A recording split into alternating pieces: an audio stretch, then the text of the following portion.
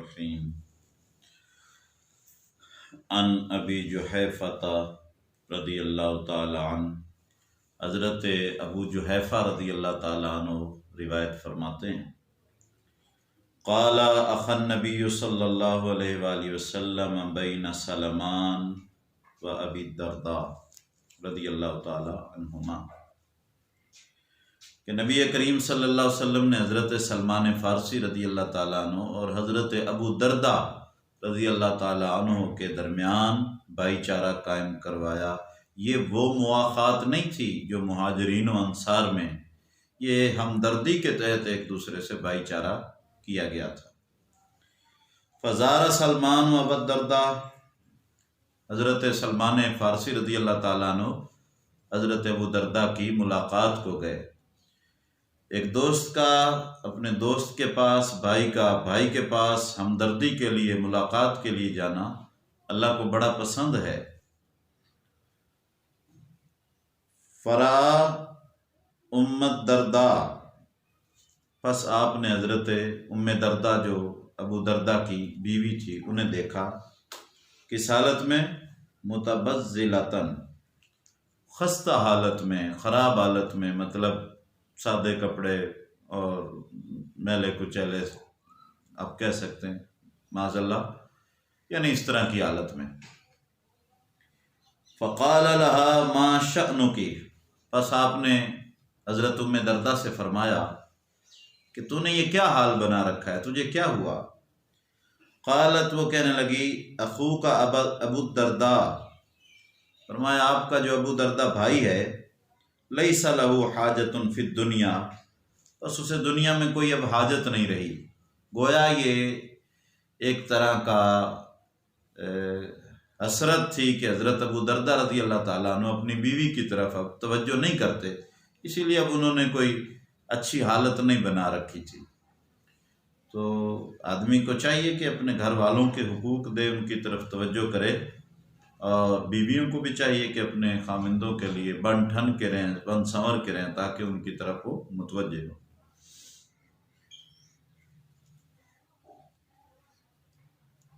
فجاء ابو درداء، حضرت ابو درداء رضی اللہ تعالیٰ عنہ تشریف لائے۔ فصنع له طعاما، پس انہوں نے حضرت سلمان فارسی کے لیے کھانا تیار کروایا۔ فقال، پس فرمایا، کل، کھاؤ۔ قال فإنی صائم، اور فرمایا میں تو روزہ دار ہوں۔ قال ما انا بآکل حتی تأکل، حضرت سلمان فارسی رضی اللہ تعالیٰ عنہ فرمایا میں نہیں کھاؤں گا جب تک کہ تو نہیں کھائے گا میرے ساتھ۔ حضرت ابو درداء نے کھانا تیار کروایا، وہ روزہ دار تھے، اور حضرت سلمان فارسی کے سامنے رکھا کہ آپ کھائیں، میں تو روزہ دار ہوں۔ امام نے فرمایا نہیں، میں اس وقت تک نہیں کھاؤں گا جب تک تو میرے ساتھ نہیں کھائے گا۔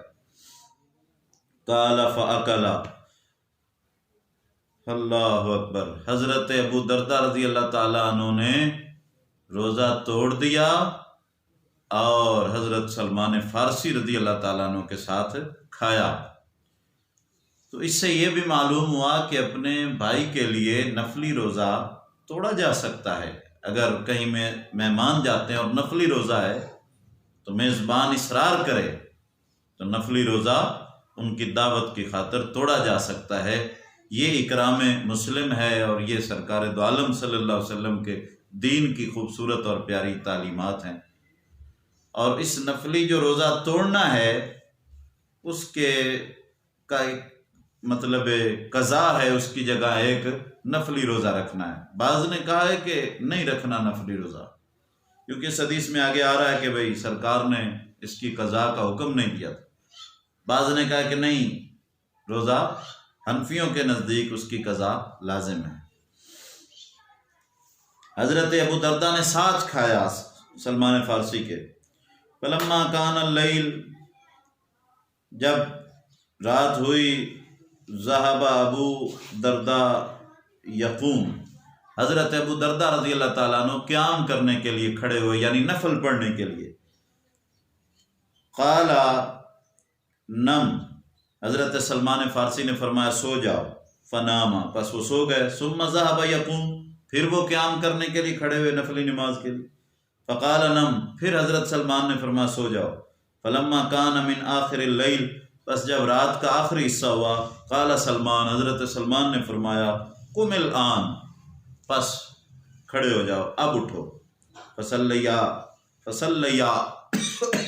اب دونوں نے نماز پڑھی.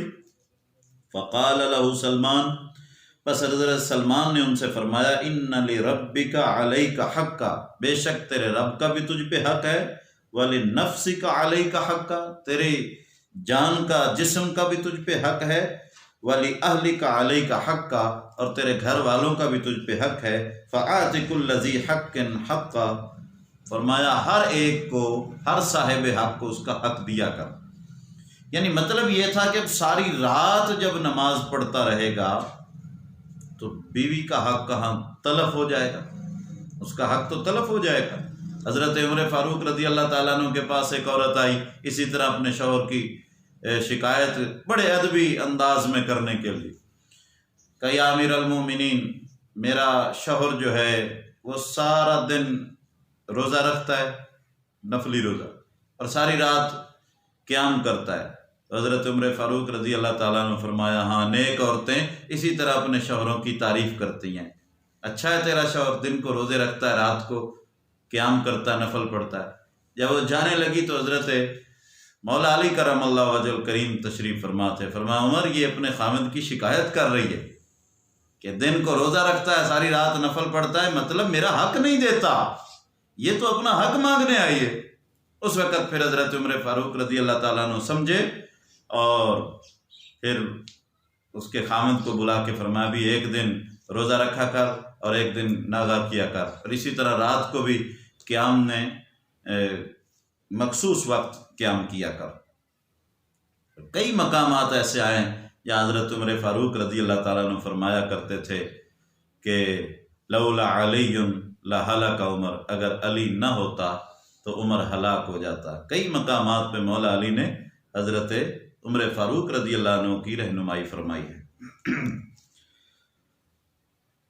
فَأَتَى النَّبِيَّ صلی اللہ علیہ وآلہ وسلم، پس حضرت ابو دردہ رضی اللہ تعالیٰ عنہ حضور نبی کریم صلی اللہ علیہ وسلم کی خدمت میں آئے اور فذکر ذلک لہ، پس جو واقعہ ہوا تھا سارا بتا دیا. فقال النبی صلی اللہ علیہ وآلہ وسلم، حضور صلی اللہ علیہ وسلم نے فرمایا صدق سلمان، سلمان نے سچ فرمایا ہے.